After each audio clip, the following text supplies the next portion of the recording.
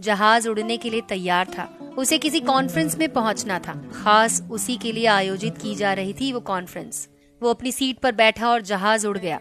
अभी कुछ दूर ही चला था कि कैप्टन ने ऐलान किया, तूफानी बारिश और बिजली की वजह से जहाज का रेडियो सिस्टम ठीक से काम कर नहीं रहा है, इसलिए हम करीबी एयरपोर्ट पर उतरने के लिए मजबूर हैं। जहाज उतरा और वो बाहर निकलकर कैप्टन से शिकायत करने लगा। उसका एक एक मिनट कीमती है। होने वाली कॉन्फ्रेंस में उसका पहुंचना बहुत जरूरी है। पास खड़े दूसरे मुसाफिर ने उसे पहचान लिया और बोला, डॉक्टर ज़ीशान साहब, आप यहाँ पहुँचना चाहते हैं? टैक्सी द्वारा यहाँ से 3 घंटे में पहुँच सकते हैं। उसने शुक्रिया अदा किया और टैक्सी लेकर निकल पड़ा। लेकिन ये क्या, आंधी, तूफान, बिजली, बारिश ने उसका चलना मुश्किल कर दिया। फिर भी वो चलता रहा। अचानक ड्राइवर को एहसास हुआ कि वो रास्ता भटक चुका है। नाउमीदी के उतार चढ़ाव के बीच उसे एक छोटा सा घर दिखाई दिया। इस तूफान में वही गनीमत समझिए कि गाड़ी से नीचे उतरा और दरवाजा खटखटाया। अंदर से आवाज आई, जो कोई भी है अंदर आ जाए। दरवाजा खुला है।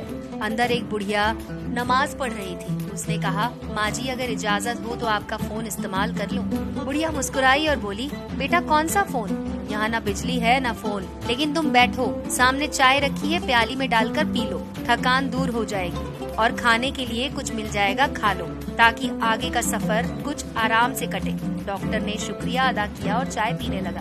बुढ़िया नमाज और दुआ में मशगूल थी। एक बच्चा कंबल में लपेटा पड़ा था, जिसे बुढ़िया थोड़ी देर में हिला देती थी। बुढ़िया जब फारिग हुई तो उसने कहा, माँ जी, आपके इखलाक और एहसान ने मुझ पर जादू कर दिया। आप मेरे लिए भी दुआ कीजिए। मुझे उम्मीद है कि आपकी दुआएं जरूर कबूल होंगी। बुढ़िया ने कहा, नहीं बेटा, ऐसी कोई बात नहीं। तुम राहगीर हो और राहगीर की खिदमत करने का हुक्म अल्लाह ने दिया है। मैंने तुम्हारे लिए भी दुआ की है। खुदा का शुक्र है, उसने मेरी हर दुआ सुनी है। बस एक दुआ की कबूलियत में शायद उसे ज्यादा समय लग रहा है। जब वो चाहेगा उसे भी कबूल कर लेगा। तब डॉक्टर ने पूछा, कौन सी दुआ? बुढ़िया ने बताया, ये जो बच्चा तुम्हारे सामने अधमरा पड़ा है, मेरा पोता है। न इसकी माँ जिंदा है न बाप।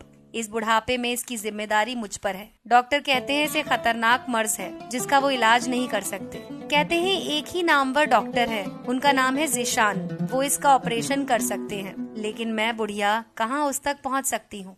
जाऊँ भी तो पता नहीं वो देखने पर राजी हो या नहीं। अल्लाह से दुआ है कि मेरी मुश्किल आसान कर दे। डॉक्टर की आंखों से आंसुओं का सैलाब बहने लगा। वो भर्राई हुई आवाज में बोला, खुदा की कसम, आपकी दुआ ने हवाई जहाज को नीचे उतार दिया, आसमान पर बिजलियां कौंधवा दी, मुझे रास्ता भुलवा दिया ताकि मैं यहाँ तक आ जाऊँ। खुदा की कसम, मुझे यकीन ही नहीं हो रहा कि खुदा एक दुआ कबूल करके अपने बंदे के लिए इस तरह आसानी मुहैया करा सकता है। वो मुसब्बुल असबाब है। अल्लाह के बंदों, उसे लौ लगाकर तो देखो। जहाँ जाकर इंसान बेबस हो जाता है, वहाँ से उसकी खुदाई शुरू होती है।